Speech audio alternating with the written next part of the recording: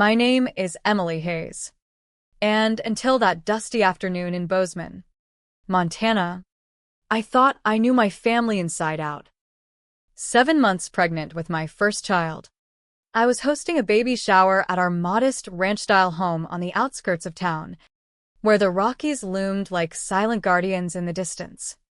The air smelled of sagebrush and barbecue from the grill out back, and the living room was decked out in blue and yellow streamers, neutral colors since we hadn't found out the gender yet.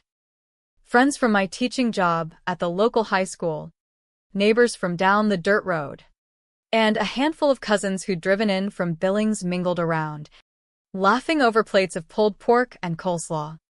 Grandma Ruth sat in her favorite rocking chair by the window, her weathered face lit by the golden Montana sun filtering through the curtains. At 84, she was as tough as the old ponderosa pines that dotted our property, but her hands shook a bit as she called me over. "Emily, darlin', come here," she said, her voice steady but laced with something I couldn't quite place. I waddled through the crowd, one hand on my lower back, the other cradling my belly. She handed me a thick craft envelope from her quilted purse. "Open it now, sweetheart. It's important." The envelope felt heavy, like it carried more than paper. Inside, a stack of crisp $100 bills, maybe $10,000, bound with a rubber band, and a smaller sealed note with my name in Grandma's neat cursive. "Grandma, this is way too much," I whispered, glancing around to make sure no one saw. But her eyes were serious. "Read the letter first, Emily. Right now." The party noise faded as I unfolded the pages. Her words hit like a sudden summer storm. "My dear Emily, some truths are easier written than spoken. I've kept silent too long, blinded by love for your mother. But seeing you scrape by, teaching those kids while juggling bills, while that girl lives high on the hog, it eats at me. Your grandpa set up a trust for you when you were little, $300,000 for college and starting out, managed by your ma until you turned 18. My knees buckled. $300,000? I'd busted my butt through community college in Missoula, then finished my teaching degree online while waitressing at the local diner. Student loans piled up to $50,000, and we'd lived paycheck to paycheck on the ranch my husband Jake and I bought with a slim down payment. Ma had always said times were tough after Dad passed. But the letter continued. 6 years back, Laura withdrew it all, forged my signature as co-trustee, told the bank you knew, and agreed. The money went to Jack's failing contracting business and Brooke's fancy life, her truck, her clothes, her gap year backpacking through Europe. The room spun. I gripped the chair arm, breathing shallow. Across the way, Laura, was chatting with Jack, her laugh light as she sipped iced tea. Brooke lounged on the couch in her trendy boots, scrolling her phone. The letter ended. "I've got copies of everything." I stayed quiet 'cause Laura swore she'd repay it, but she never did. "This $10,000 is from my savings a start. Hire a lawyer. Get what's yours for you and that baby. Love, Grandma Ruth." I looked up, and Ma's eyes met mine. Her smile froze. The chatter died like a fire doused with water. "Ink. You okay?" my best friend Sarah asked, touching my arm. "You look like you've seen a ghost. What did you do?" I whispered, staring at Ma. The words carried in the quiet. "What happened to my money?" Ma's face went ashen. Jack set down his plate with a clatter. Brooke glanced up, confused. "I don't know what you're talking about," Ma stammered, but her voice wavered. I held up the letter. $300,000. Ma. Grandpa's trust for me. Where is it? The silence was thicker than Montana fog. A balloon drifted lazily, mocking the tension. Memories crashed in before Jack. It was just Ma and me after Dad's heart attack when I was 13. We ran the small ranch together, mending fences, riding horses at dawn. Simple life. But ours. Then Ma met Jack at a rodeo fundraiser. He was a widower, charming with his contractor's build and easy smile. They married quick. And suddenly Brooke, his 15-year-old, was in the picture, taking over my old room with her posters and gadgets. I tried being the big sister, helping with homework, inviting her on trail rides. But she rolled her eyes, called me farm girl. Changes crept in. Jack convinced Ma to turn my bedroom into Brooke's creative space since I was off at college most times. I ended up in the basement during breaks, cold and musty. I adapted, picking up extra shifts at the diner, telling myself it was temporary. But signs piled up. Ma gushing over Brooke's Europe trip, a chance of a lifetime, while I skipped my dream study abroad in Spain because flights were too pricey. Money's tight, Ma'd say when I asked for help with books. Tight enough for Brooke's new pickup truck at 18, or the kitchen remodel with granite counters. I graduated cum laude. But they skipped the ceremony for Brooke's ski weekend in Big Sky. I excused it all. Ma deserved happiness after Dad. But now? It clicked. She'd chosen them over me. We need to talk, I said, grabbing Ma's arm, not hard, but firm. The guests shifted awkwardly as I led her to the bedroom. Jack tried following. Not you, I snapped. Just her. In the room. Door shut. Ma wrung her hands. Tell me Grandma's wrong, I pleaded. Tell me you didn't forge it. She sank onto the bed. It's not that simple. Eminencia. Jack's business was tanking. Brooke had her heart set on Europe. I thought, you'd manage. You're so strong. Strong? My voice rose. I was 19. Ma. Working doubles. Eating beans from a can, while Brooke jetted off on my money. Tears welled in her eyes. Jack promised to pay it back. It was for the family. What family? The one where I get basement scraps and you watch me struggle. She had no answer. I demanded proof, statements, records. You have 48 hours, or I go to the sheriff. The party ended in whispers. Guests left, gifts untouched. Grandma stayed, handing me a USB drive. Everything's here. Honey. I've been collecting for years. We pored over it. Grandpa's will. Clear terms for education only. Withdrawal form with forged signatures. Grandma's are looped wrong. Emails between Ma and Jack. M's tough. She'll get scholarships. Brooke needs this trip. Transfers to Jack's creditors. Brooke's accounts. By midnight, I called a lawyer friend in Billings. This is fraud. Emily. A civil suit first, maybe criminal. In Montana, forging a trust document? That's felony territory. Sleep evaded me. The baby kicking like it felt my rage. But dawn brought resolve. This wasn't just revenge, it was reclaiming my future. The next morning, the Montana sun rose over the fields, casting long shadows from the barn. Jake, my husband, brewed coffee strong enough to wake the dead. His calloused hands from ranch work steadying me. We'll get through this, he said, kissing my forehead. But inside, I was a storm, betrayed by the woman who'd bandaged my knees and taught me to ride. I drove into Bozeman to meet attorney Carla Ruiz, a sharp family law expert with a no-nonsense vibe. Her office overlooked the Gallatin River, but I barely noticed. Let's see what you've got, she said, plugging in the USB. Her eyes widened at the files. This is textbook fiduciary breach. As trustee, your mother had a legal duty to manage the funds for you. Forgery? That's wire fraud if it crossed state lines. But even locally, Montana courts don't take kindly to stealing from kin.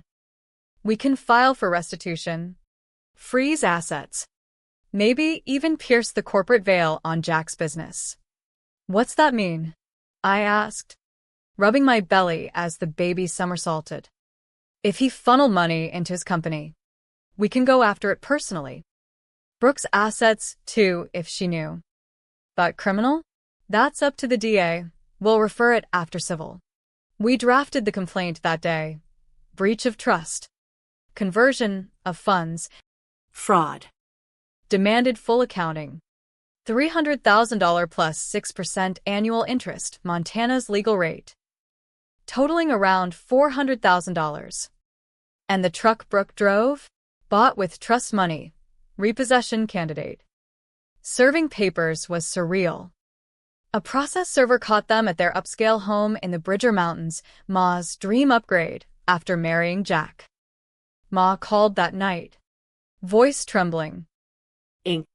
Please. Let's talk family style. Not courts. Family style? Like how you treated me. I hung up, heart pounding. Discovery phase kicked in. Carla subpoenaed bank records, emails, even Brooke's social media. Turns out, Brooke had posted from Paris. Gap year goals. Thanks to the fam's deep pockets bless life. Hashtags like trust fund adventures. Carla grinned. Consciousness of guilt. She knew it wasn't hers. Jack's business records showed transfers covering bad debts from overbidding on contracts, classic contractor pitfalls in the West, where boom and bust cycles hit hard. One email from Ma. Jack. M's independent. She'll land on her feet. Brooke's young. Needs the push. I threw up after reading that, morning sickness mixed with disgust. How could she justify it? Therapy helped. My counselor said it was enmeshment, Ma blending her new family over old loyalties. But it didn't ease the ache.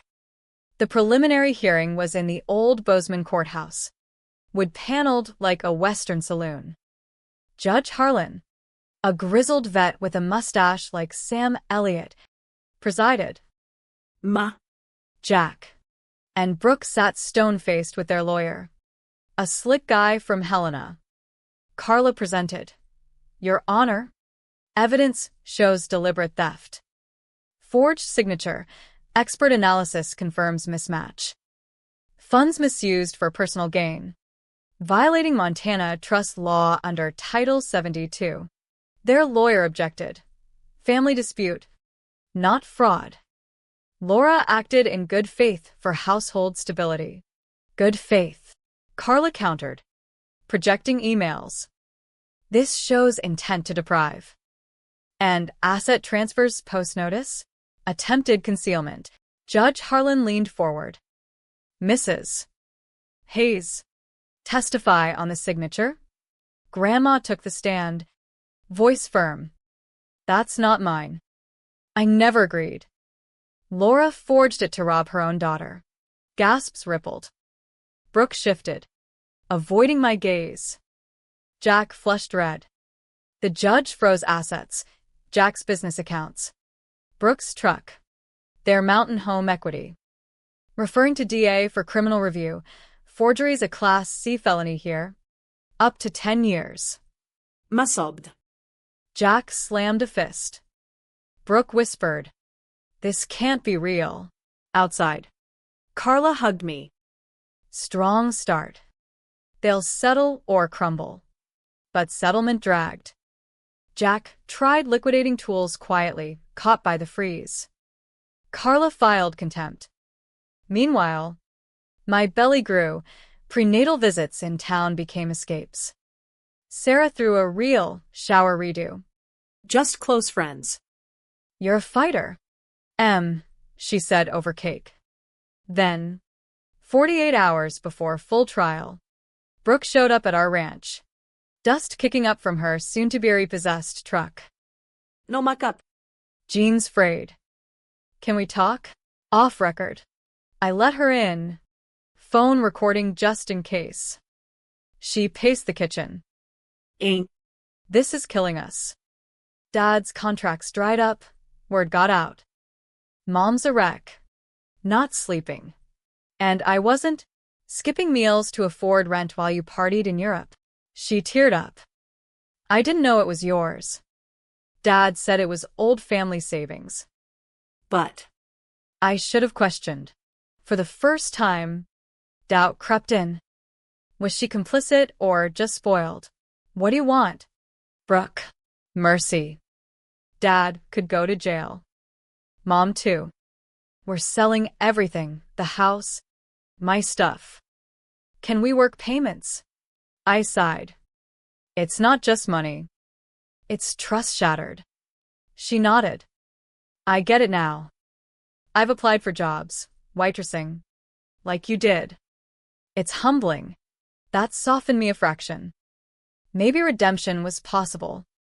As the trial loomed, the Montana winds howled like ghosts of past grievances. I couldn't sleep. Replaying childhood memories, Ma teaching me to bake biscuits in our old kitchen.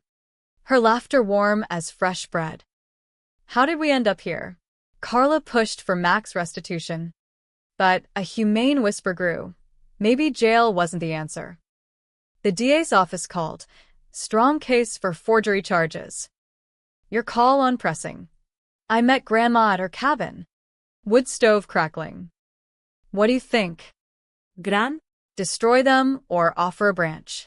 She sipped tea. Justice ain't always prison. Eminencia. Sometimes it's facing the music. Making amends. But protect yourself. Inspired. I tweaked terms. Full $400,000 restitution via asset sales. Signed confession from Ma admitting breach. No forgery charge if complied. Brooke to vacate her Bozeman condo, bought with funds.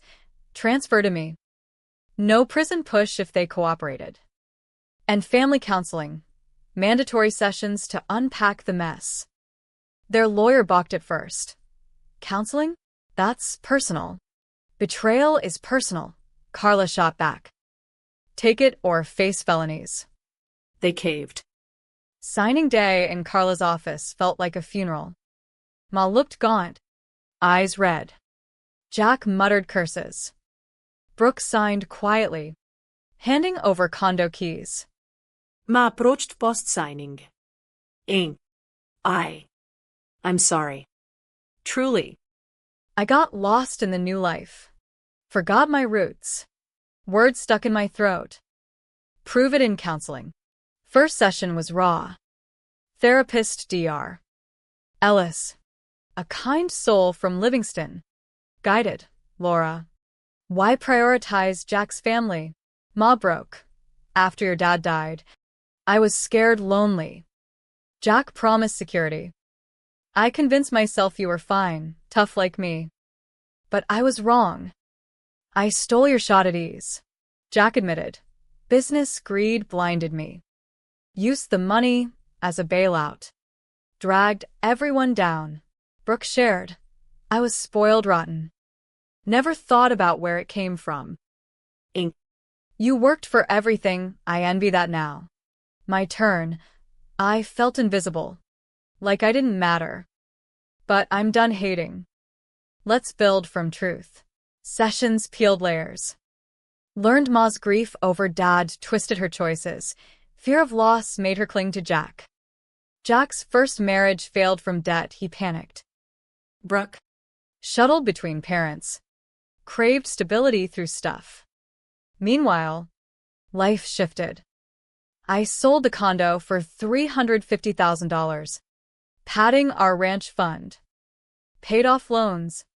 Started a college trust for the baby, ironclad, with independent trustees. Jake and I expanded the property, adding a guest house for Grandma. Labor came early, under a full moon. Jake rushed me to Bozeman Health. After 12 hours, little Cody arrived, named for Grandpa Cody, the rancher who'd scrimped for that trust. Holding him, swaddled in a blanket Grandma knit, emotion flooded. Ma texted, congrats. Can I visit? Counseling progress made me say yes, supervised. She arrived with flowers, tears flowing. He's perfect. Eminência. Like you as a baby. We talked haltingly. I want Cody to know his grandma, but on terms. She nodded. I'll earn it. Starting with honesty. Jack sold his business remnants. Got a foreman job on a big ranch, humbling but steady. Brooke enrolled in community college, studying business, waitressing part-time. It's hard, she admitted in session, but freeing. Legal wrap-up. Judge Harlan approved settlement. Smart move. Folks. Montana values family mending over feuds. DA dropped charges with a confession. Civil resolution sufficed. No prison. But public record taught caution. As months passed, fences mended literally and figuratively. We hosted a barbecue, awkward at first, but laughter returned over grilled steaks. Brooke helped with Cody, sharing stories of her wake-up call. One evening, Ma and I walked the pasture. I see now, she said. Family's not about picking sides. It's lifting each other. I hugged her. Lesson learned. For all of us. With the dust settled, our Bozeman life bloomed like spring wildflowers. The ranch thrived, Jake added cattle.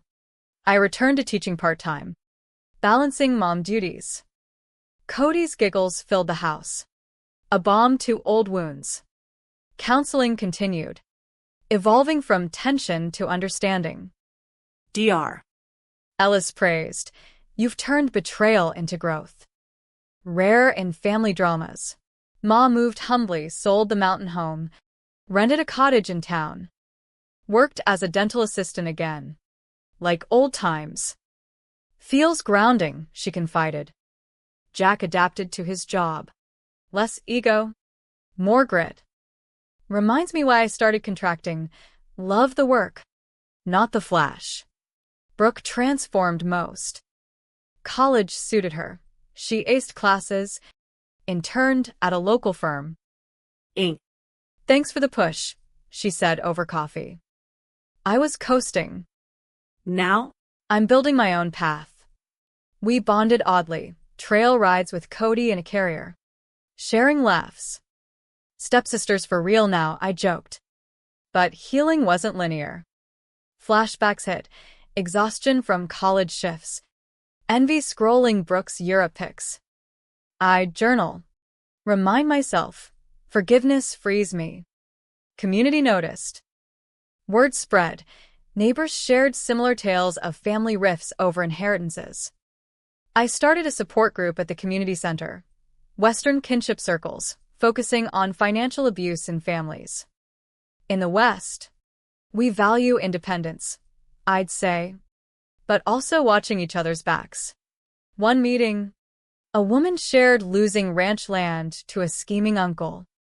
Your story inspired me to fight, legally, not with fists.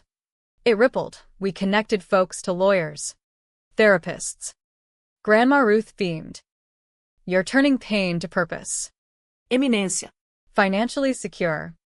We invested wisely. Trust for Cody. Retirement fund. No more scrimping. Vacations to Yellowstone. Simple joys. A year post-settlement. Ma hosted dinner, her cottage cozy with Montana art. Jack grilled. Brooke backed pie.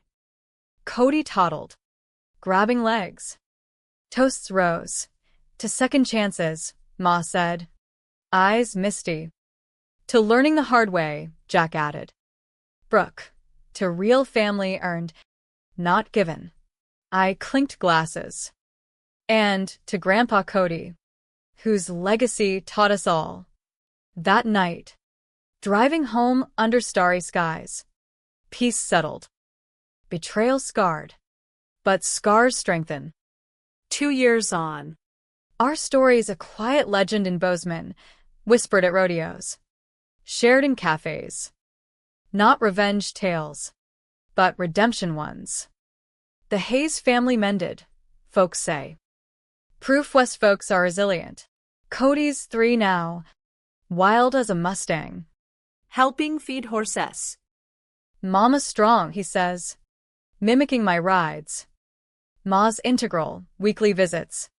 Storytime with Grandpa tales. He be proud, she says. Forged bonds anew. No illusions. Jack mentors young contractors. Avoid shortcuts, ruins lives. Brooke graduated. Started a nonprofit for financial literacy in rural schools. Inspired by you, she says. My group grew statewide, partnering with Montana Legal Services. Testified in Helena on trust reform. Clear laws protect families from within. Evenings. Jake and I sit on the porch. Mountains silhouetted. We won more than money, he says. Freedom to forgive, I agree. The lesson? Betrayal hurts. But humanity heals. In the American West, where land's vast and heart's tougher, second chances are possible if earned. Family's not blood alone. It's choices. Accountability. Love rebuilt. As sun sets golden, I hold Cody close. Our future's bright. Lessons etched deep. No more secrets, just open skies ahead.